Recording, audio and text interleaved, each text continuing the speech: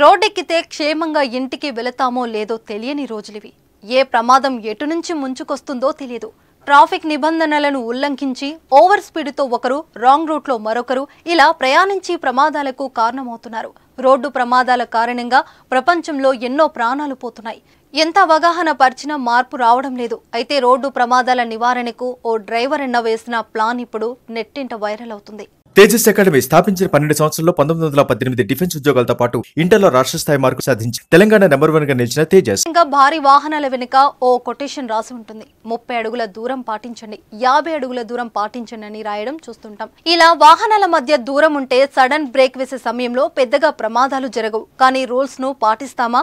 30 అడుగులు 50 అడుగులు దూరం అంటామా అంటే కష్టమని చెప్పాలి. చాలా మంది ఈ రూల్స్ ను ఖాతరు చేయరు. ముందు వాహనానికి దగ్గరగా తమ వెహికల్ ను నడుపుతారు. ఎక్కడ సందు దొరుకుతుందా క్రాస్ చేసి వెళ్లిపోదామా అని తొంగి తొంగి చూస్తారు. అయితే ఈ పరిస్థితి నివారించేందుకు జపాన్ కు చెందిన డ్రైవర్ సూపర్ ఐడియా వేశాడు. తన వాహనానికి లేజర్స్ లైట్స్ ను ఏర్పాటు చేశాడు. దీని ద్వారా కొన్ని మీటర్ల దూరంలో రోడ్డుపై లేజర్ లైన్స్ పడుతుంది.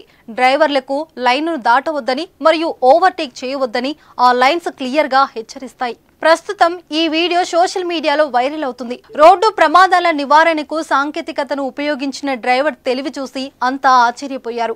రోడ్డుపై ఆ లైన్ చూసిన వారంతా జంకుతారని నెటిజన్లు కామెంట్ చేస్తున్నారు.